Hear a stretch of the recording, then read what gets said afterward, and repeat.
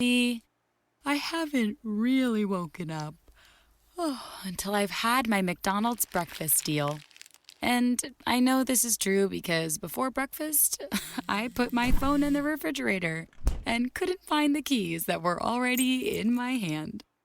Nothing gets the morning going like the first sip of an iced coffee. Get any size and any flavor for 99 cents until 11 a.m. Price and participation may vary. Ba-da-ba-ba-ba. McDonald's, I'm loving it.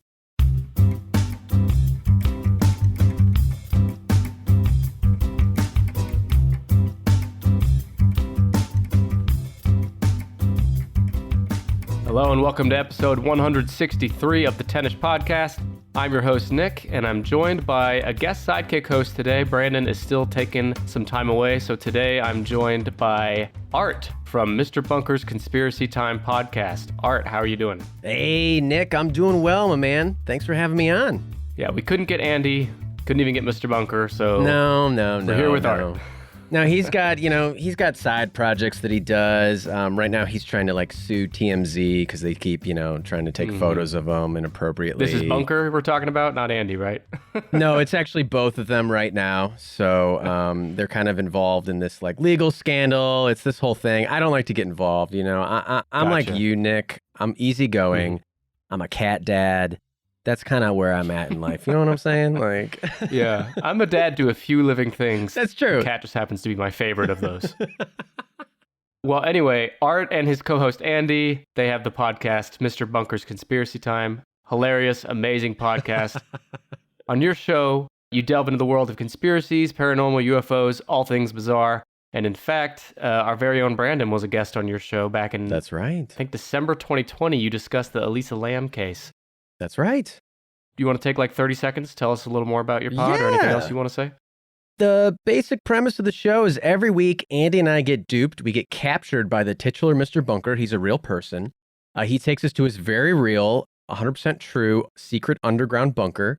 He forces us to podcast about these topics because, Yeah. At the end of the day, Andy and I, we're skeptics on most of these paranormal, UFO, conspiracy-based topics. But he forces us to podcast about them, to send out that stuff into the world and see if he can make us believe or anybody else. So, Yeah. It's a really good show. Tons of episodes. Go check it out. But, thank you. Art, you talk conspiracies against your will because of right. Mr. Bunker on your show. I wanted to find a topic for you to guess that was kind of in the same general arena, but not Sure. quite conspiracy. Conspiracy's hard to do a top 10 list on. Yeah, So it's I a little landed dark. on... What's that? It gets a little dark, a little sad. Yeah. Well, interesting segue, because we're going to get very dark and sad on today's episode as well. All right, let's go. We're talking about the top 10 best creepypastas Oh, wow. in the history of the internet. Wow. The whole internet.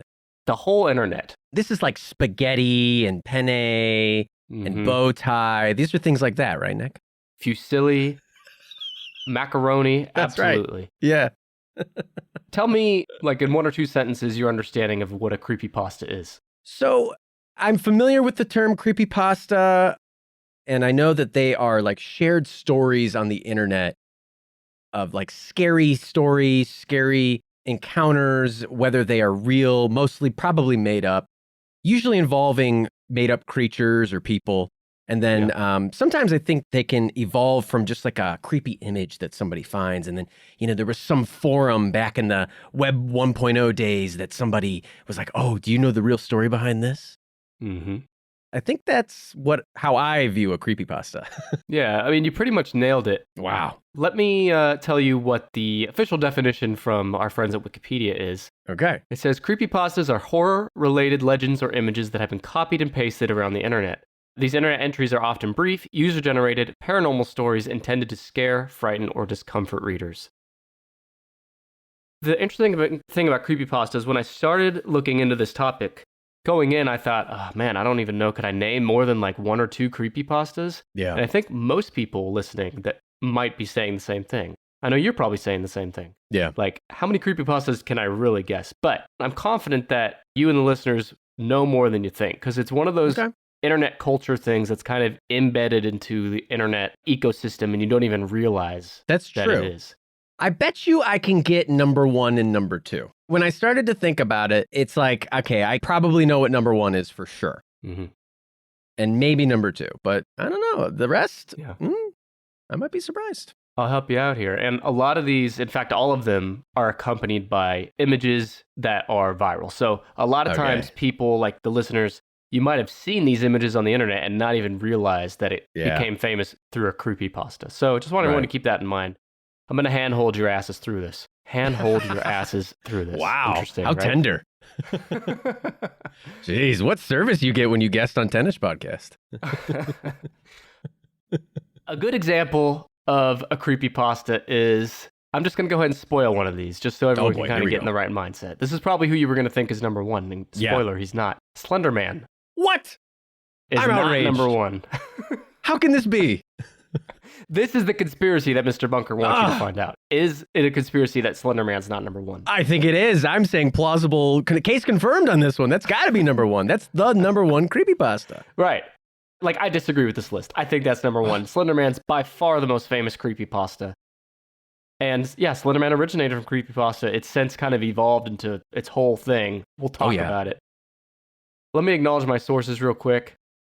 Wikipedia, obviously, the Creepypasta Files on fandom.com, and the list itself, the ranking comes from the top10s.com, where a author published this list of creepypastas, and the website visitors voted on the best one. So that's what you're going to guess. What are the thousands of readers of this website voting as the top creepypastas? All right. And when they say top, they mean like the scariest. The scariest. Okay, so the scariest. Got it. All right. Yeah.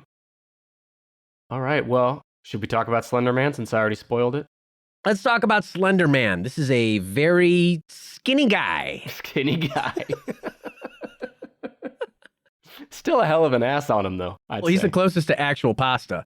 He's so spaghetti-like. He is. He reminds me... Well, hang on. I'll get to that. All right. Okay, Slender Man is not number one. If I had a gun to my head, if I had pasta held up to my asshole before and said, Nick, who is the most famous, scariest, well-known creepypasta in all of human history? I would have said, fucking of course, Slender Man. Nope. Of course. Number three. I guess, is Slender Man really that scary? If we're going off of scariness, he can be a little silly. Like, his images are pretty scary. Yeah. Like, especially his OG images where he originally came from some Photoshop contest on some forum, I think. Correct, yeah. Those are kind of creepy. They're unsettling, but they are. I feel like he's become such a meme that it's like, okay, maybe he's not as scary anymore. So I can get that, actually. Yeah, I have notes on that exact thing. Like, he started as very creepy, I think. Like, legitimately disturbing. But just through all the memes and terrible movies that have been made and everything else that has happened, like, it's really... he needs some new PR people to help him out here. We need to get behind the Slender Man. I think Gumby is being rebooted soon, so I think Slender Man and Gumby should get together. They should combine that. Maybe he's like Gumby's like creepy friend. Like no one wants him to visit. He's very Gumby-esque. I think Gumby's way scarier than Slender Man, though, by the way. I think I agree with you on that. Let me tell you a little bit about this guy. He was first created on the Something Awful forum by a user named Eric Knudsen, also known as Victor Surge, listener of the show, in 2009. The thread was a Photoshop contest, just like you said, in which users were challenged to create paranormal images. So this guy, Eric, he contributed 2 black and white images of groups of children to which added a tall, thin, spectral figure wearing a black suit. So everyone can picture Slender Man in their head. Right. And by the way, in the show notes of this episode, I'm going to have a link to all the famous images accompanying these creepypastas. So you'll see the Slender Man photo on there. Really disturbing. He's influenced by H.P. Lovecraft creatures. So after these original photos were shared, the Slender Man soon went viral and divorced from its original creator, and the Slender Man became the subject of a myriad of stories by multiple authors within an overarching mythos. Art, you kind of explained his noodly appearance. Oh, yeah. But you left out that he wears a suit. That's true. And he's faceless. That's true. He does wear a suit. He's perpetually in a state of interviewing for a job that he probably doesn't want. I mean, I can't imagine why he's constantly wearing that suit. But, I feel for the guy. I wish he didn't have to stalk playgrounds and abduct children. I mean, that is horrific and horrible, and Yep. it should be condemned, really. I just, maybe he should have just gone out for that job interview, Or maybe he could like stalk and abduct like B-list celebrity, like Gary Busey or something. Like, are we? Yeah. Mario Lopez needs to be like taken by the Slender Man. I just need to see that movie or whatever. It'll come eventually with all the shitty Yeah. movies I'm about to tell you about. That's like a kind of a Hallmark movie. I like that. We'll co-write that one, Nick. Yeah, let's work on that. So stories, you mentioned it here, stories of Slender Man often have him stalking, abducting, traumatizing children. He became a pop culture icon, although he is not confined to a single narrative. And that is part of the reason media scholar and folklorist Andrew Peck, another listener of the show, he attributes the success of the Slender Man to its highly collaborative nature. In these respects, the Slender Man is similar to campfire stories or urban legends, which is interesting. I mean, I think that makes a lot of sense. That's I mean, part of the reason he became so popular. that's the internet, right? It's people saw those images and it conjured up different things in different people's minds, and they built a communal lore around it. And that's why I think he's got video games, he's got movies, true crime things involving him, right? I hope I'm not getting ahead of myself again. Yeah, you are, but that's all right.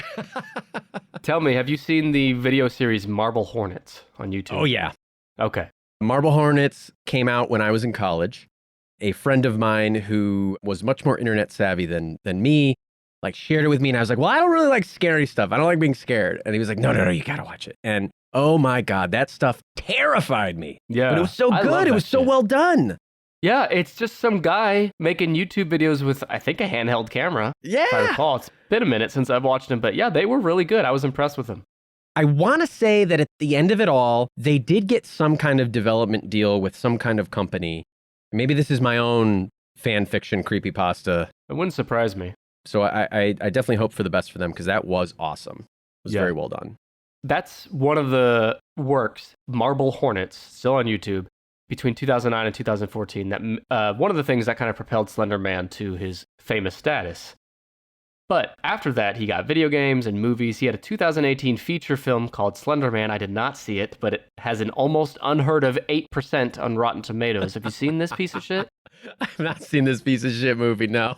I wanted it to be good. When I heard it was bad, I didn't bother. But because I think Slender Man has some potential for like a effective horror film. But I think they gotta hit him up with like the Babadook treatment, where it's like, or like the Jaws treatment, where it's like you don't really see him. He's alluded to. You don't see him till the end. just like Marble Hornets did that. Just like Marble Hornets, you never actually. They would like put him in the background, like he'd be like.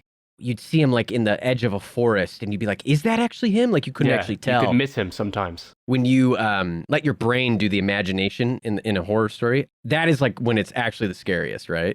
Totally agree. Yeah. So yeah, I'm sure there'll be more Slender Man movies. They'll have another chance. But one more thing you jumped ahead on that I'm going to talk about now is the true crime that happened. In May 2014, two 12-year-old girls in Wisconsin, your neighbors pretty close. That's right, neighbors to the north. Yeah. They held down and stabbed a 12-year-old classmate 19 times. God fucking damn, I forgot it was 19 times. Yeah.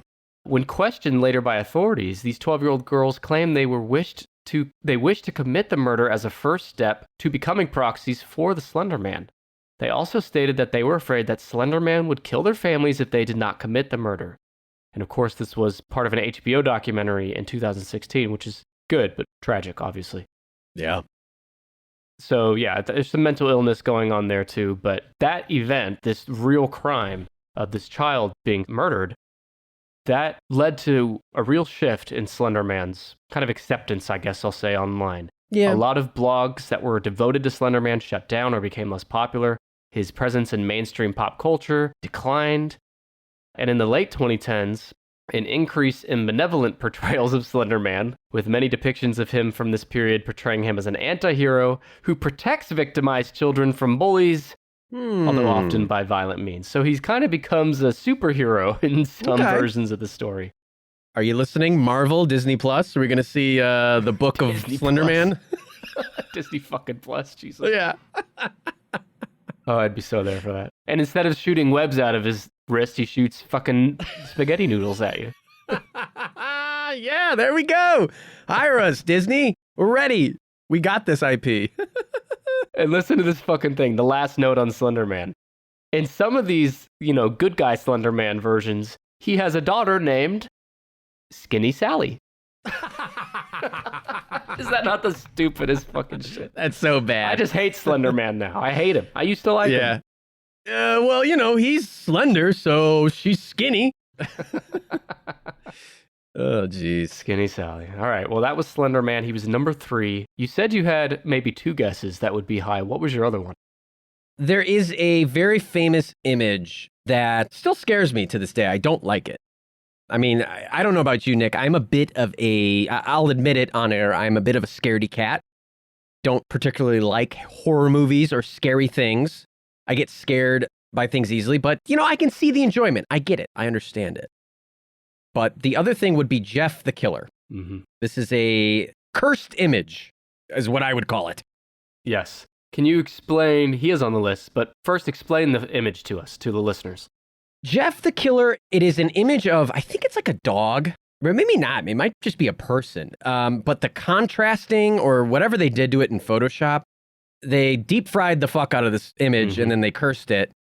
It's like something out of dank memes, right? But it's really blown out. So like there's like a bunch of white and then there's like all this red. It looks like this creature has like this one tiny black eye and then one regular sized eye and then snarling. It's very it's unsettling. It's unsettling. Yeah. I think the listeners, you will recognize this photo if you haven't already thought of it in your head. In the show notes, click on the image for number 1. You'll see this guy. By the way, surprise, you're cursed for listening to this podcast. Fucking sorry, not sorry. You've got the Tennis Pod curse. Yeah, now you can eat nothing but hot dogs for the rest of your life. Sorry. That's right. That's what I was going to say, is you will bathe in hot dog water and eat nothing but hot dogs the rest of your life. Congrats. There's worse things to bathe in, to be fair. There might be. Yeah, there might be. No, there definitely is. We'll do that in another podcast. Top 10 worst things to bathe in. All right, let me tell you about Jeff the Killer. He can be traced back to 2008. He's number 1, by the way, if I forgot to say that. Number 1. Woo, number 1. He is a creepypasta usually accompanied by a picture of a white face looking into the camera, smiling in an unsettling manner. He's usually accompanied by the term, "go to sleep." Here's the story. A teenager named Jeff is attacked by a group of bullies. The fight ends with Jeff being nearly arrested for assault, which his brother, Lou, takes the blame for, getting taken away, resulting in Jeff becoming depressed and introverted. His parents force him to go to a party where he runs into the bullies again. There, they douse him with alcohol and set him on fire. After being discharged and having his bandages removed, he becomes insane, carving his own face to leave a smile-scape scar, burning off his eyelids, which will make sense when you see the photo, and he kills his own family. Oh.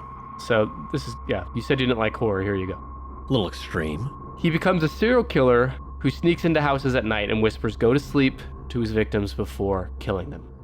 Yikes. He quickly became one of the most popular creepypastas and would inspire many other stories, including Jane the Killer. So, Art, how terrified are you now that I read you that? I'm probably at a good, 6 or 7 out of 10. I have trouble falling asleep at night, so I think if Jeff the Killer found me in my bed and he's like, "go to sleep," I'd be like, "well, I can't. I'm having trouble. I need to take a melatonin. I should have taken one before I came up to bed." And he'd be like, "I don't care." Or maybe he'd go get one for me. No, he'd be like, "all right, I'll wait." And then he's just like in the corner looking at his watch, waiting for you to go to sleep. Yeah, it's like, "Sorry, I got a lot on my mind. Work was really busy today. There's podcast stuff I have to do." And he's just like, He's like, "No, I get it. I can wait, though. I totally understand." He was created by DeviantArt user Suser, and the story that I just read you wasn't actually made by him, but rather a fan of his earlier work. So the story I read wasn't the original, but it is the most famous retelling. Okay. That's Jeff the Killer. He is a spooky sumbitch, I'll tell you, and I wouldn't want him staring at me over my bed, telling me anything, especially go to sleep. Definitely feels like a sleep paralysis demon that somebody conjured up. That you would see, because it's very blobby. It's not like a fully featured face. So definitely something I think you could see in your mind's eye while trying to fall asleep. Yes, that's great. You're welcome. You're welcome. I'm Austin Lugo. I'm Andrew Harp. This is With Nothing to Say, and let's talk about movies. With over 3,000 films logged, Andrew and I, best friends since middle school, have dedicated our lives to watching, making, and talking about movies. Each week, Andrew and I handpick a movie he's seen, I've seen, or neither of us have seen, and dive deep into anything and everything two wannabe cinephils could ever think of. From horror to comma to dramedy to spaghetti western, we do it all. So join us as we talk about everything movies, and maybe you too can become a bona fide cinephile.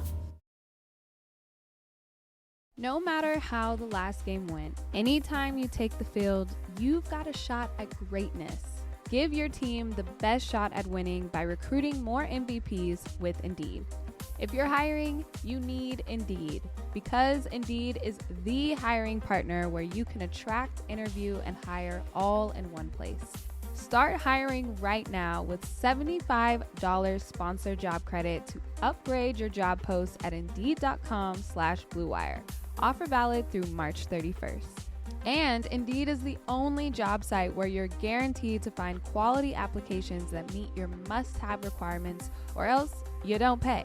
Go to Indeed.com/BlueWire to claim your $75 credit before March 31st. One of the things I love about Indeed is that it makes hiring all in one place so easy. And Indeed delivers 4 times more hires than all other job sites combined, according to Talent Nest. Indeed.com/BlueWire. Terms and conditions apply. Need to hire? You need Indeed. There's another creepypasta that is extremely related to sleep. Does that ring any bells for you? Sleep's in the name, in fact. Sleep. I don't know. I don't got Let anything. me tell you, you might not even be thinking this. Well, one, maybe you haven't heard of it. But two, a lot of people assume this is a true story. Oh. Because it's been told with such, I don't know, realism. And there's been movies and books about it that some people think this was a real experiment. Okay. This Russian sleep experiment.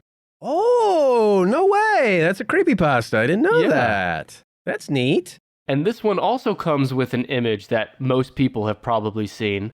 It has like the creepy, like kind of, how would you Hunched describe over it? dude, golem looking fella. Yeah, like a golem looking guy. Yeah. Looks really fucked up. And I'm going to tell you, I'm going to give a quick warning to the listeners. This is the most disturbing and most gross and unsettling creepypasta of the night. Oh, So okay. you heard it here first. And Art, I'm glad you, as someone who doesn't love horror, can be here to witness it with me. Have you read the story or heard of it? You know at least the premise, right? I'm familiar with the premise. I've seen the images. I've perused it. Maybe I've skimmed it, perhaps to think if it could fit into a topic of our own. But no, I've never actually read the story. Well, it's number 4 on the list, by the way. It tells the tale of 5 test subjects being exposed to an experimental sleep-inhibiting stimulant in Soviet-era scientific experiment, which has become the basis of an urban legend. And again, I think there's a certain percentage of people that just assume this was a real thing. Yeah.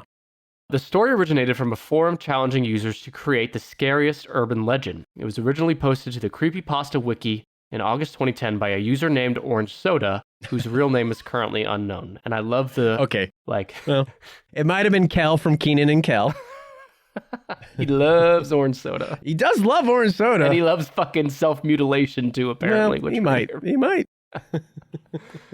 Whatever happened to that guy? Continued to try and do comedy. He did a few things. I think he tried to do music at one point too. Yeah, that sounds right. Yeah. Yeah, he was the better of the two, by the way, right? Wow. We all agree on that. Keenan Thompson think so? fans are absolutely... Well, I don't know. I mean, Keenan's pretty fucking funny. Sure, but... Keenan has reached a level of funniness where SNL can kind of just pan to him making a reaction, and he just does it, and people are like, that's funny. And then he just gets paid like, $30,000, and then he just goes home and he's happy. Yeah. I mean... I don't know. He did that Fat Albert movie years ago. Do you remember that? That's true. I kind of outside of SNL, I don't think that he's had the most success, but no. No. I wish Kel the best.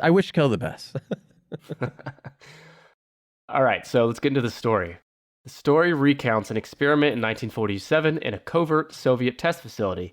In a military-sanctioned scientific experiment, 5 prisoners that were deemed enemies of the state were kept in a sealed gas chamber with an airborne stimulant continually administered to keep the subjects awake for 30 consecutive days. Art, You have trouble sleeping. Have you ever not fallen asleep for 30 days? No. What's the longest you've gone, you think? I mean, I've stayed up well over 20. I mean, I don't think I've ever even done a 48-hour all-nighter. No, I definitely have not. And not recently. I mean, this was like peak, college, high school, like when you could just stay up till pull an all-nighter and just be like, yeah, I'm going to knock out this final, and then pass out for like 6 hours and be fine the next day. And then not pass the final. Fail the final, of course. Yeah, fail the final. I did anyway. So I want everyone out there to think about it. Think about the most tired you've ever been. Maybe you've stayed up for a full 24, maybe even 48 hours. I bet very few people have stayed up past 48 hours. I'd agree with that. Now think about staying up for 30 days in a row. It's inhuman. So I don't even know if that's possible, by the way, but just the very thought of it's fucked up. So these prisoners, they were forced to stay awake against their will for 30 days. They were falsely promised that they would be set free from the prison if they completed the experiment in 30 days. Remember, these are prisoners of war. The subjects behaved as usual during the initial 5 days, talking to each other and whispering to the researchers through the one-way looking glass, though it was noted that their discussions gradually became darker in subject matter. This is where shit goes crazy, so we're at 5 days out of 30. A man rips out his own vocal cords, for example, among other things. Have you ever done that, Art? Ripped out your own vocal cords? Occasionally, when you're trying to sing in the shower and then you don't sound as good outside the shower, you're just like, you know what? Screw this. I'm never going to make it. Yeah. No, fucking absolutely. Yeah. Been there. Today I was there. Did that. So on the 15th day, the researchers decided to turn off the stimulating gas because they were getting worried about what they were hearing in there. They reopened the chamber. Now they were getting worried. Right. And you know what's bad if they're worried for these prisoners, The subjects did not want the gas to turn off for fear they would fall asleep. Upon looking inside, the researchers they discovered that the 4 surviving subjects had performed lethal and severe mutilation and disembowelment on themselves during the past few days, and they even tore off flesh, muscles, and removed internal organs, practiced self-cannibalism, and more. I will not spoil the rest, but it is a truly chilling story, and the ending is haunting. I'm going to think about it. I read the ending today, and I'm going to think about it for a while. Wow. It's a fucked up story. I mean, it's the real deal. So some people may have heard about the story from some films that have come out, including one called The Russian Sleep Experiment. I always see it recommended to me on Amazon Prime, but I've yet to watch it. It is an Amazon Prime movie. They're like, hey, you watched The Expanse. You might like this weird piece of garbage that no one's ever seen. You're like, yeah, well, it's like, maybe. I'm just looking for Back to the Future or something. I don't want to watch this. Which is true. I was literally looking for Back to the Future the other day. It is considered by some to be the greatest and most shared creepypasta ever made. Dread Central's, they had an editor that called it one of the most shocking and impactful urban legends of the internet age. Much of the online and offline debate surrounds the belief held by many that the story is real rather than fiction, with many articles therefore seek to debunk this claim. So there might be a conspiracy angle there for your show. Oh, okay. There we go. The creepypasta is often shared alongside the image of a grotesque demonic figure. We talked about that. Upon further research, the image is actually the original image. It is a life-size animatronic Halloween prop named Spasm. All right, kind of fitting. And I think we could fit that into our Gumby universe that we're making, our Gumby cinematic universe. Spasm, Slenderman, Pokey, and Gumby. If you zoom out from that image, because it's pretty close up, it's probably not scary anymore, right? I mean, it probably looks really fake. There's something about the lighting and the angle that just makes it look real. That's true. That is true. Like, there's people who just know how to, like, crop something the right way. Yeah. It's like MySpace images. Like, they just knew how to crop things the right way to, hide all the imperfections. Some people know how to crop things the right way. Others know how to crap things the right way. Too true. Too true, Nick. Too true, indeed. Too true. My last note is a review from one of the voters on this website where I got this ranking from, which is thetop10s.com. They said, while reading The Russian Sleep Experiment, I felt myself get physically unhealthy. I grew dizzy and my breathing seemed to grow difficult, possibly as an attempt to hold back vomiting. Repeatedly, I said, oh my God. Jeez, that could work as like a review for like Taco Bell or like, like it also works as a review for that. It's a little over the top. Come on, like, okay. A little over the top. I read reviews for my podcast here on the show, so I probably should have just saved that and pretended it was a review for the show. I don't think anyone would have blinked an eye. Damn, you guys get some haters on those 1 stars. I could have said, yeah, those sound like Bunker fans. Those sound like Bunker 5-star reviews. That's it for that. So if you do like being scared and freaked out, I recommend it. That's the Russian Sleep Experiment at 4. You already got 3 Slender Man and 1 Jeff the Killer. I think those are undoubtedly the 3 most famous. You might have trouble with the rest, but let's see if you have any. Anything else coming to mind? Is Brian Peppers a creepypasta? Is that like an image? I don't know, but it's not in the top 10. All Might right, be. well, then... Do you want to try giving a good fucking guess this time? What about the tickle monster? What about the boogeyman, Nick? Does the boogeyman make an appearance? You know, the boogeyman probably does constitute as a creep, like the original creepypasta, right? That is like an original creepypasta. I mean, you know, I don't know what your boogeyman looked like. I feel like mine was like that dude from, was it Ghost Rider? Or maybe it was Goosebumps. He was like a purple dude, and he was like always oozing. I don't know. I feel like we have a similar reference base, so maybe you know that reference. But I don't. But okay. when you said that, I'm thinking of the like pudding monster on the Candyland board. yeah. Okay, that works too. Sure. That's what my boogeyman always kind of looked like. Yeah.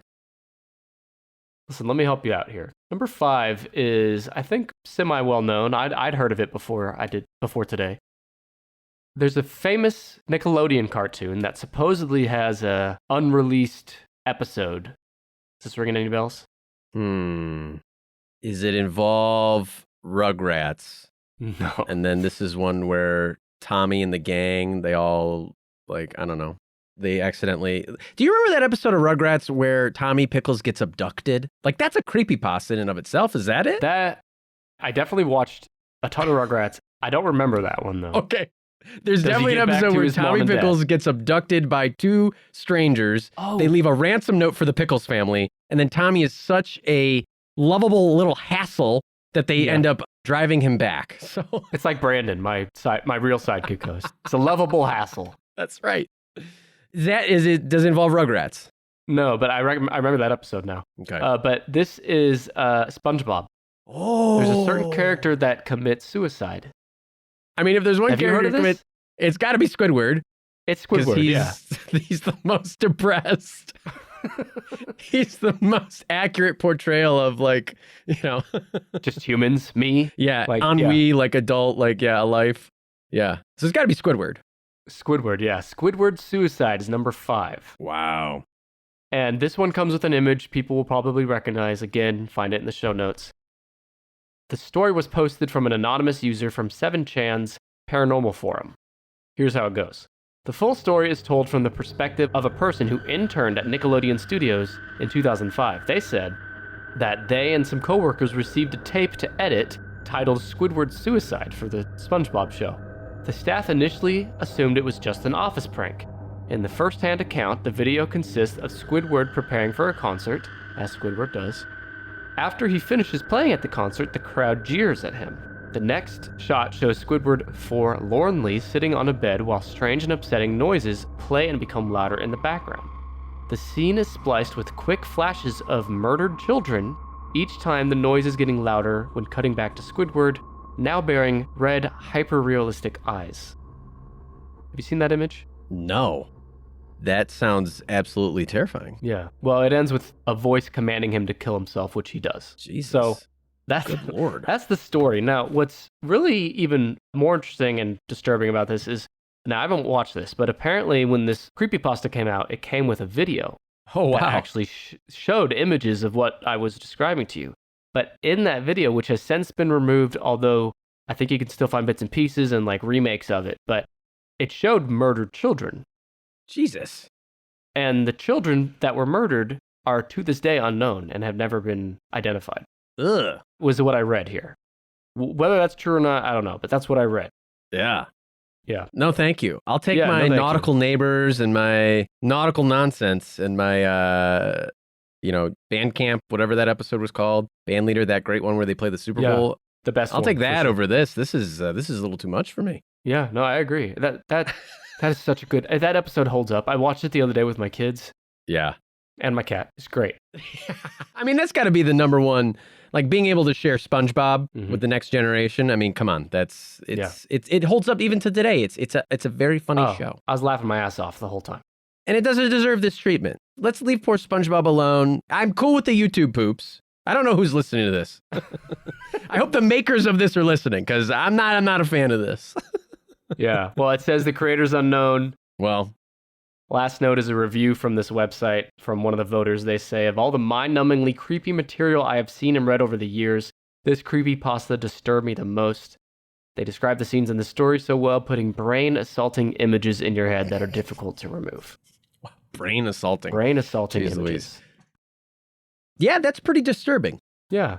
You know, I did That's- warn you today, didn't I? I No, warned you that's true. And I'm prepared for it, Nick, and I'm prepared for it. But I have to say that one probably that's pretty disturbing to me. That one's ranking up higher on my list, I think.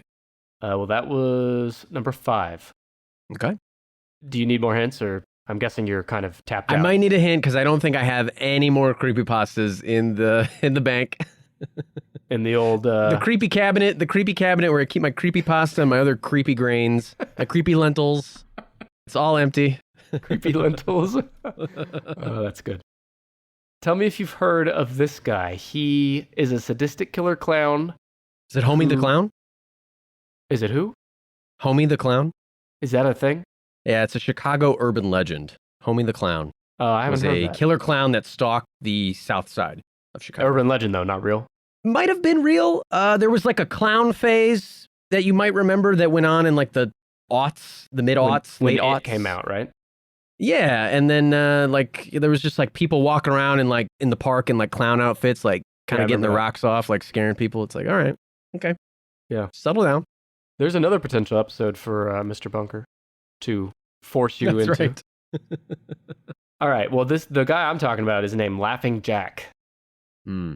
He's number 9 on the top 10 best creepypastas, according to these people. He was first created by Steve Akins, and he appears in the stories Laughing Jack. He is a sadistic killer clown who was originally an imaginary friend to a little boy. That is, until the boy forgot about him. Laughing Jack used to be a colorful, tan-skinned clown, which seems like oddly specific, tan-skinned clown. Right? Who Don't would know why wear they needed a- that descriptor, but okie dokie. Well, anyway, he'd wear a brilliant rainbow attire with shaggy red hair and a long cone nose. He visits children, most of them lonely or neglected, pretends to be their imaginary friend, I'm guessing like speaking to them. However, he would eventually torture and kill them with their souls trapped in the nightmarish realm of an abandoned fairground. Okay. That's it. I couldn't find much on this guy. Eerily similar to the plot of Jack Frost starring Michael Keaton. I don't know if you've ever seen that one. That's where Of Michael course, Keaton gets with the- turned into a snowman, and he has to win a snowboarding competition to save his boy's life and his boy's admiration and love or something. I don't know. So, if a snowman became real, like Michael Keaton, That's right. I mean, his dick's a carrot, right? Right? 100%. I mean, that's the thing is like, if you were to melt away some of the crotch area, yes, you would see a carrot dick, and I think that was a deleted scene. Yeah, no, that sounds right. And well, I think of it like a dog. You know how a dog, when it gets an erection, I guess it Of comes course, out. we all think about this. Yeah, the carrot. Tennis podcast listeners. Isn't everyone glad they're listening today? You Yeah. get to hear about children being killed, old Yeah. Rugrat episodes, and now Uh-huh. snowman dicks. Anyway, that's Laughing Jack. He seemed kind of generic to me. Yeah, I mean, playing off that clown fear, I have no fear of clowns. My first clown interaction as a child was a very sad clown for hire sitting outside of a Payless Shoes or Carnival Shoes, I think actually. Carnival Shoes opened up down the street or somewhere near me in the city, and they hired a very sad clown who Got to. I think just wore a wig and some makeup, and then he had like a Bears windbreaker and jeans, and he just smoked a cigarette outside the Carnival Shoes. So from that moment on, I've just kind of seen clowns as you just kind of keep your distance. They're going through some stuff. He needed those what do you call them? Big clown shoes. The fucking overalls you guys just talked about. Hybrid performance denim Yes, overalls. thank Raw you. I denim couldn't- overalls. Yes. That's what he needed. Thank you. Of course, those abandoned you and took you to the bunker, so I don't know. Maybe Yes. Not a good idea. Yes, they did. Yes, another fabulous abduction story. Speaking of abduction, there's not the word abduction, but kind of close to the word abduction is abandoned, Okay. maybe. They both start with AB. Okay, we're playing a weird version of Wordle, but I like it. Have you heard of Abandoned by Disney creepypasta? Abandoned by Disney? Yes, sir. No, I have not heard of this. I hadn't heard of it either. And of all the creepypastas I have today, this is the one I could find the least information on. Okay. It says that Abandoned by Disney was written by somebody named Slime Beast. Maybe it's that Candyland asshole again.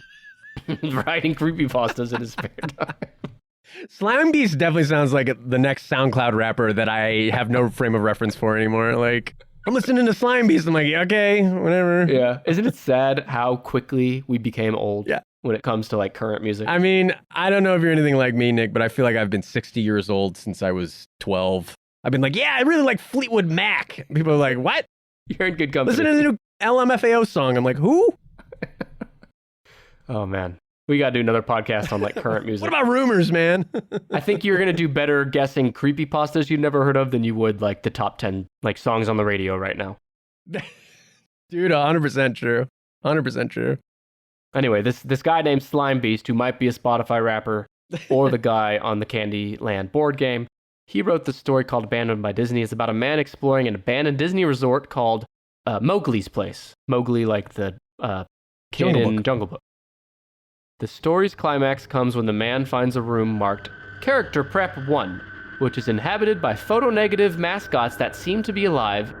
He flees when he witnesses one of them rip off its own head. That's when you want to stay, dude. That's the show is just starting.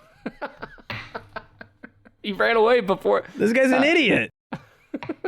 Not a creepypasta. He's a dumbass. This is just some guy that went to Disney and ran away. That's the story. Yeah, honestly, this is a guy with a mascot fear. He's like that one basketball player's name escapes me, but That one, yeah. Oh, yeah, totally. That one. Brooke Lopez or Robin Lopez, one of the two. They're brothers. But yeah, this is just a guy with a mascot fear. Like, come on. Yeah. What are we doing? We won't find him at any furry conventions, am I right? No, he's not going to FurryCon anytime soon. Well, since I couldn't find much on this, I did jot down 2 reviews of this creepypasta. One of them says, "This is the best, creepiest creepypasta I've ever read in my life. I literally had Mickey Mouse phobia for like a week or two." To that I say, you don't need to read this creepypasta to have a Mickey Mouse phobia. Yeah. One more says, "This is a long read, but totally worth it. Brings back memories of your favorite childhood Disney movies before it destroys everything Disney for you." Wow. Yeah. Big Disney guy, Nick? You a big Disney guy? I don't know if I'd say I'm a big Disney guy, but I see a good good bit of Disney movies, especially since I've had my kids. Right. And my cat. No, I feel that. And your cat. Cat and kids, that's right. You gotta show your cat. Oh, man. There's actually Aristocats. the aristocrat cats. There you go. Yes. Good pull. Good pull. But not 101 Dalmatians. She doesn't like that one. No. Are you a big Disney guy, Art? No, I think I'm like you. I'm just like, I'm a normal Disney person. Like, it was a part of my childhood. It's a frame of reference for me. It's the common parlance of our generation.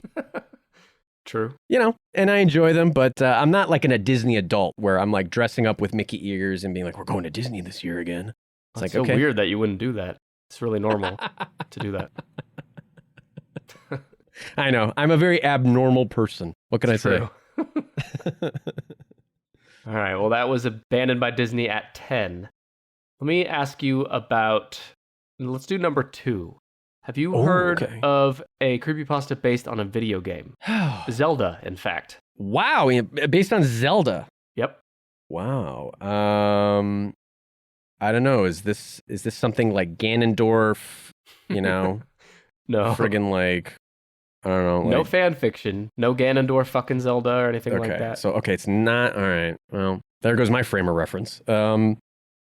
No, I haven't heard anything involving sweet, Link and Zelda and all the crew and all those wonderful games. You a Zelda player? Video game player? Yeah. I haven't played any of the big ones. Like, I've never played Ocarina of Time or Me neither. Wind Waker, but I have played Link to the Past, Link's Awakening, and obviously Breath of the Wild. Breath of the which Wild. is, a friggin' Best one. masterpiece over here. Yeah. It's such an awesome game. So, You I said think, Majora's... I mean, Sorry, go ahead. I did not play Majora's Mask either. I missed out on some of those. I had a PlayStation 1 as a kid. I didn't have an N64. Oh, you fucking idiot. I know. Well, You fucking idiot. it's the number one thing I blame my parents for is buying me that fucking PlayStation 1 so that I'm sitting here being like, well, what about Spyro the Dragon, guys? And all my friends are like, shut up, nerd. We're talking about Mario 64. It's like, okay. So true. And now I had a PlayStation as well, but I wasn't dumb enough to not also have an N64 at the same time. I fucked up big time as a kid. That's why I'm at where I'm at today. Yeah, I need to have a talk with your parents. I know they're listening. Getting abducted every week, yeah. Well, this is called, it's number 2, and it's called Ben Drowned. Okay. I'll tell you about the Zelda tie-in here in a second. Ben Drowned was first published by Alexander Hall as an online serial and web series with chapters released daily in September 2010 on a 4chan board. Ben Drowned tells the story of a college student only identified as a Jadusable, I think, Gesundheit. who buys a used copy of the video game The Legend of Zelda Majora's Mask from an elderly man at a yard sale. First of all, there's no elderly man in the history of the fucking world that owns Majora's Mask Zelda. So, No, there isn't. No. Deducible, he buys the game from this mysterious old man, but he's plagued over the course of a single week by the presence of a seemingly omniscient being called Ben. The second arc of the story, titled Moon Children, follows the public emergence of a mysterious cult known as the Moon Children, who worship the moon by way of human sacrifice. Finally, long story short, society collapses, all because of this fucking video game, I guess. I didn't read the whole thing. Okay. So, did you get all that? This is feeling a little bit like a TV show version of Game of Thrones or something, or Yeah. even the newer Star Wars movies, where it's just kind of like, how did we end up here? Like, what? How is this happening? Like, where are we at? Like, Totally. you know? Well, I agree. This one doesn't sound great, but apparently it is great because this write-up says it's one of the most popular web serials on the internet with a viewership in the hundreds of thousands, and has been widely recognized as both an example of a modern urban legend and a major influence in helping to establish and legitimize creepypasta as a literary genre. Wow. That's big words there for that. Yeah, it could win the annual the creepies, the glutens, the Take the it back. bootins. I don't know. It was a I'm stretch. editing this. I'm editing that out. I don't want people to unsubscribe. That Oh quick. God! Oh boy! I'm hurting. I'm seeing the listeners. This is live. They're tanking. They're pulling at their collars like, oh, come on, guys, this is getting rough. The yikes! What did Nick do? This. I mean, here's the thing. I'm not knocking this. I'm open to this story. I'm open to this web serial. I might check it out just to see what's up, how we get to where we're going with these different things that you're telling me. But Yeah, and at first glance, it seems like a wild ride. I don't know if I'm ready for it. I'd agree with that. Yeah. That's Ben Drowned. It's number 2. So you actually have 6, 7, 8 left. 6, 7, 8. Wow. Let's talk about number 8 first. This is about a dog. Do you know any creepypastas about dogs? Canines? No. No. No. It's called Smile Dog. Aw. Yeah, well, This isn't like a crab, but it seems like a cute pasta. a cute pasta, an Adora pasta. I An agree. Adora pasta. Yeah. Sounds like it at first, but it's a cursed image. Oh no. The exact origin of this creepypasta is unknown, but is rumored to have first posted on the paranormal board of 4chan in 2008. Smile Dog is a supernatural entity that takes the form of a demonic husky and forces people into spreading his image all over the internet. Otherwise, he'll kill you. Sounds silly. I just but looked it up. Yeah, I know this one. I'm familiar with that image. yeah. Most people have seen this image. I fucking hate that image. God damn it. Well, now you're gonna die. Oh, God damn it. I guess I was already, but I just don't know when. Yeah, everyone listening, just be comforted. We're not losing an N64 player. We're losing a PlayStation 1 player, so I think we're okay. Yeah, some weirdo played way too much Crash Bandicoot and Tekken. Crash Bandicoot. Okay, that's a quality series.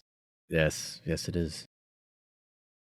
Smile Dog is supposedly haunted, the images dating back to the beginnings of the internet, and has a reputation for driving those who view it insane, making its victims view it in their mind's eye at every turn.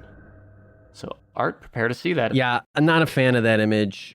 I've definitely seen it. I'm definitely familiar with it. I didn't know the name of it, but it's like Jeff the Killer, where it's like this cursed, burnt image of some kind of dog or something that they did. photoshopping on, and they always spoiler it, or they'll like put it at the end of a GIF or something, and then like you're watching it and you're like, oh, this is funny, and then like boom, it gets you. Yep, totally. Yeah. And I think the next one we're going to talk about is like that, which is The Rake, number 7. Do Google search for that. I think you've seen this picture. Okay. This is anything like the yard work tool. It's not like the yard tool. Oh, I've seen this. Yeah. Oh, that's a good one. This is a good one. I like this one.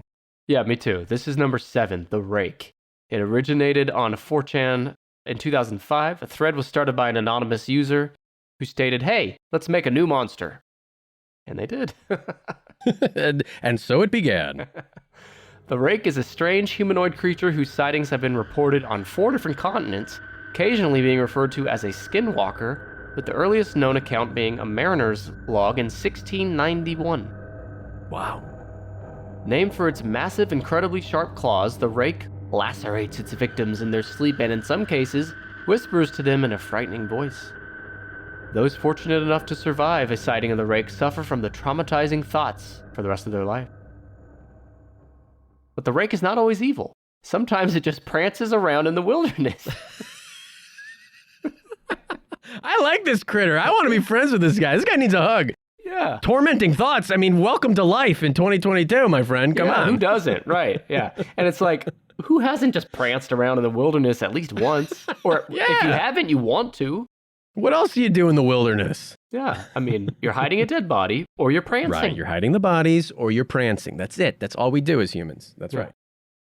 So the Rake has been alive for hundreds of years. And there's actually a 2018 film on Tubi TV and Amazon Prime. Okay.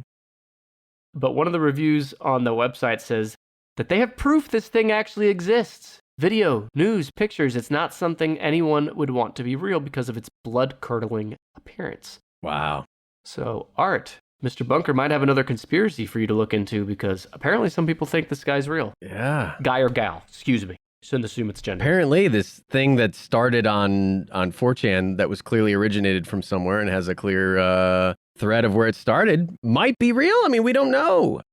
Absolutely. Blood curdling. Man, they always use that term, huh? Yeah. Curdled blood. What was the other one we read? Brain abusing or something? Yes, brain abusing or something like that. It's like, these are some fun adjectives, really, when you think about it.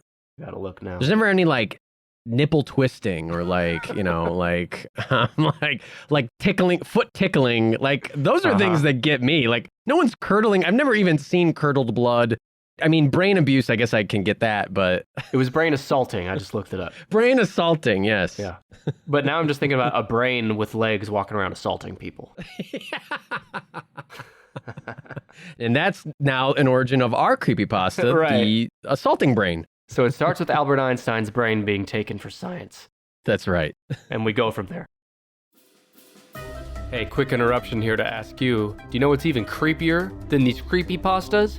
The fact that your ass still isn't a Tennis Pod Plus member, which means you might be missing our latest bonus episode.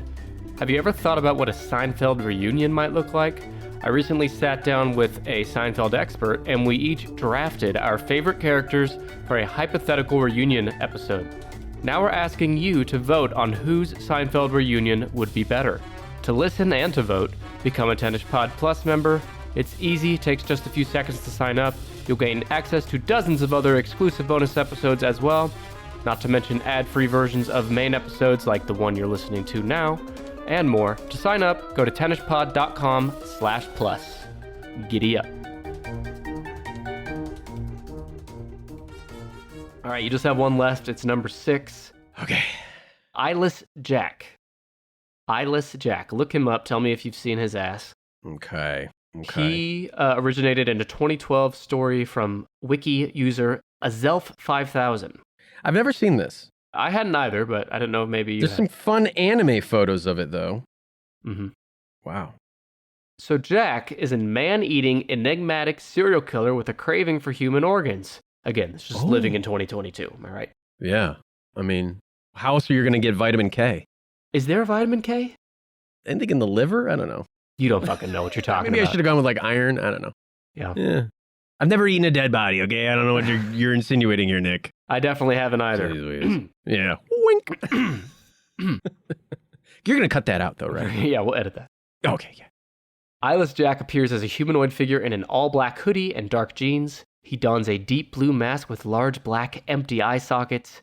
In the original story, a man named Mitch moves in with his brother Edwin. Come I'm on. not buying this story already. Mitch and Edwin, come on. Mitch moves in with Edwin after his house is foreclosed. Now that part I believe. Yeah. A week later, Mitch wakes up with a large gash on his cheek. After going to the hospital, the doctor reveals that Mitch's left kidney had been surgically removed overnight. Around midnight that night, Mitch wakes to see Eyeless Jack over his bed wearing a blue mask with black liquid dripping from empty eye sockets behind the mask. And there's more, but that's the basic premise. Wow. Jack loves organs. Well, then you know what? He should join the church choir or something because he can play all the organs he wants. That's a bad joke. First of all, I almost said something like that and I stopped because I said that's not funny. no, I'll go there. I'll take whatever I can get, low-hanging fruit or not. You're stealing a kidney. I'm not afraid of this. You have two. You can live with one. True. Secondly, Eyeless Jack definitely looks like the classic edgy kid in high school. Mm-hmm. Sits in the back of the class. Yep. Is really into Jack Skellington. We all know this character. Some of us were this character. Nick. Correct. Um, I won't deny it. I won't deny it, but this is what it feels like to me. This is a cute one. This is a cutie pasta and an adorable pasta. This is not a creepy pasta. Okay, well, I'll agree that it's not that scary, but I'll stop short of it being adorable that this serial killer steals your organs in your sleep. No, that's very cute. It's very tender. It just wants a little memento of you. It's like how you would, Nick, how we both did this. We would have a locket of someone's hair. It's a secret admirer of ours. We would, take a locket of someone's hair. These are normal things. Yeah, well, for the sake of not making you feel uncomfortable, I'll agree that sure, that's a very normal thing. All right. Okay. All right. Well, Did you ever steal kidneys? Just tell me that. listen, Did you have kidneys, period? Were they given to you?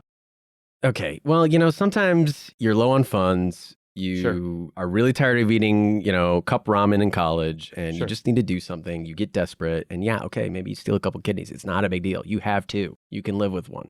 Yeah. Professor who failed me in biology. Yeah. I mean, get over it. God gave us two for a reason. Yeah. For Eyeless Jack to come take it. Exactly.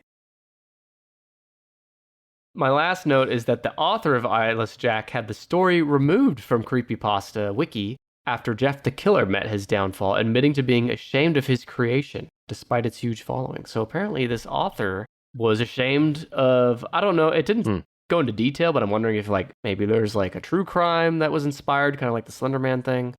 Okay. All right. I don't I'm know. intrigued. Yeah. Yeah. All right. Maybe Eyeless Jack. Maybe I will recant what I said and have to make an apology podcast. Not adorable anymore? Not adorable anymore. And yeah. I don't know. I'm not above recanting my previous statements. I come out bold. I come out at an 11, and then I get brought down to a 6 or a 5, and that's just how I roll. Fair enough. Yeah. Well, how are you on this list as a whole? You think you're a 6 or a 5? I think this is a great list. I think this is a fun list. Who doesn't like a good creepypasta? I think it's a frame of reference that a lot of people can relate to, and yeah, I think this is a solid list. There's some heavy hitters on here, man. Yeah, I mean the top 3, top 4, they're crushing it. Sure. And again, I mean, I thought this would be interesting to do because again, all of us, I assume anyone listening to this podcast is familiar with uses the internet on a regular basis. And you've probably seen these things, and now you know the origins for them. So that's right. You're fucking welcome. Let me go back through those top 10. Top 10 best creepypastas of all time, as voted on by the readers of thetop10s.com. Number 10 is Abandoned by Disney. It had the mascot that ripped its own head off. 9 is Laughing Jack. This is the imaginary friend that gets forgotten about, so he goes and kills you. Number 8 is Smile Dog, the cursed image of the smiling demonic husky. Number 7 is The Rake. He's the one that prances in the wilderness. Yes. He likes to have fun. Number 6 is Eyeless Jack, the one we last talked about. Number 5 is Squidward Suicide. I'd say one of the more disturbing ones. Yeah. R.I.P. Squidward. Mm-hmm. Number 4 is, I think, the scariest, the Russian sleep experiment. Number 3 is Slender Man. Number 2 is Ben Drowned. That's the one with the Legend of Zelda tie-in. Mm. And number 1 Jeff the Killer. We did it. Solid list. I would say great job, Art, but I think you only guessed 2 of them. So I don't know if that qualifies. Do I at least meet like Brandon standards here? Like, I mean, I don't know. Like, yeah. Well, there's like an empty water bottle at my feet. That fucking water bottle meets Brandon's standards. So you're good. I'm just kidding. Okay. I'll take it. Hey, I'll take what I can get. We miss you, Brandon. Yes, of course. All right, Art. What do you think is the scariest of all the ones we talked about? I think you're right. I think it's got to be that Russian sleep experiment one. I think things involving sleep are scary because it's something that it's real. Is universally related to, Yeah. Sleep deprivation is a scary thing. It's not a fun thing. And the idea that you can't fall asleep or that things are happening to you while you are sleeping is, that's just the human experience, my man. It is interesting because like sleep, it's a fact. If you're sleep deprived for a certain amount of time, you're going to start hallucinating. Yeah. Who knows what else, which is just fucking fascinating. Hallucinating. Like seeing fucking shit that's not there just because you didn't sleep. Yeah. Like that just... Sleep deprivation is like, it is definitely a form of torture. Like it is considered, very inhumane to like sleep deprive people for more than, I don't know. Like, yeah, it's pretty quick too. Like 3 days and you're already like, whoa, dude. Yeah. Like it's like scene straight out of Dumbo. But, Dumbo. Speaking of Disney. Yeah.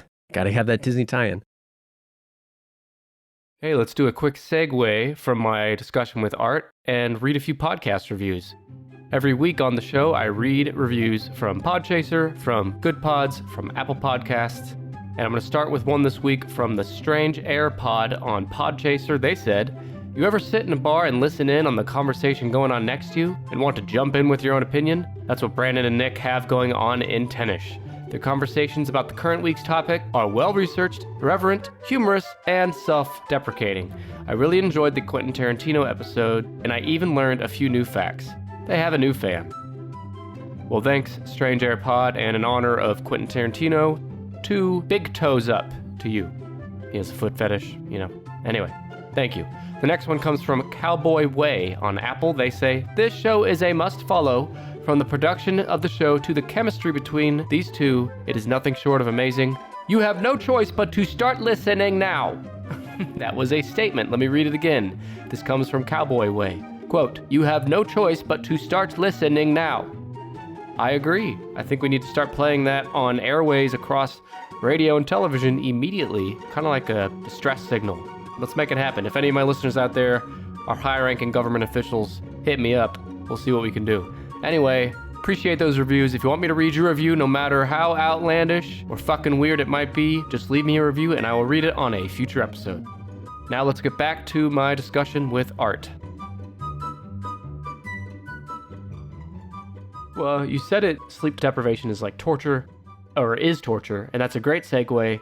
Art, why don't you tell us about the torture that is your podcast? Give us one final plug, maybe give us, a few recent episodes or episodes coming up that the listeners can look out for. Jeez Louise, some recent episodes. I didn't have this queued up, but you can find us at MrBunkersConspiracyTime.com. We recently did, here's a fun one we recently did you might like, Nick. It was Pig Stealing, Pancake Lovin' Alien Encounters. I'm in. This was a 2-for-1, 2 alien encounters for the price of 1. We did some Ohio University hauntings. We did the Bible Code, the Vertical Plane, Men in Black. And we've got, I'll give a little sneak preview for what's coming up. We've got a very famous cryptid coming up on the show. Oh, really? So, and you didn't mention it, but I'll mention it for you. Your podcast has done all the classics too, like all the big time conspiracies that everyone's heard of, like the moon landing and Bigfoot, the Bell Witch, John Benet Ramsey, like all the classic conspiracies, and lesser known conspiracies too. Like I just finished today the Ohio University hauntings, and that was a really fun episode. So yeah, can't recommend Mr. Bunker's Conspiracy Time enough. Thank you, Nick. That was very kind of you. And I'm glad you enjoyed the show. Art, it's been so fun having you on, my man. Thank you, Nick. Yeah, this was great. This was a great list. I had a lot of fun being here. I can't wait for the complimentary hot dog that I'm going to get in the mail that you ship to all guests of the show. Yeah. It'll come from Brandon. The return address will be Brandon on that. Oh, All right. And I should expect that soon. Do you have like a tracking number I can get a hold of or something like that? Hot dogs are really Brandon's department. He specializes in them, so I'll have to get back to you on that. All right. As all the listeners know already. All right. Well, you just you keep finishing Sopranos so we can share memes. Hey, maybe I got to have you back on to do a Sopranos episode when I finish. Maybe. Yeah, dude. I'm in the last season right now. So it's so good. Getting close. Yeah. All right. Well, Art, been a ton of fun. And the next time I see you, you better have a creepypasta famous already. Yeah. We'll work on our Gumby cinematic universe together, Nick. Sounds good. To the listeners, thank you so much for listening. If you haven't already, please follow the show at TenishPod on Twitter, Instagram, Facebook, and on Reddit. Every week on Reddit, we post the first look at that next week's episode, so you should definitely check out our subreddit. And you can also follow me on Twitter and Instagram at TheNickEmel. That's EMEL. I'll be back next week with a new guest sidekick host for episode 164. Keep it creepy. Thank you.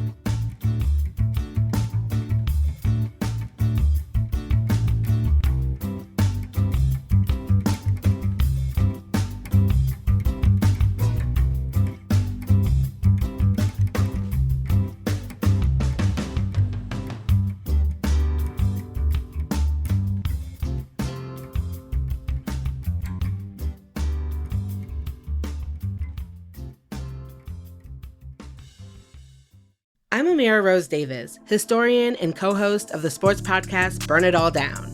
And now I'm hosting the new season of American Prodigy, all about Black girls in gymnastics.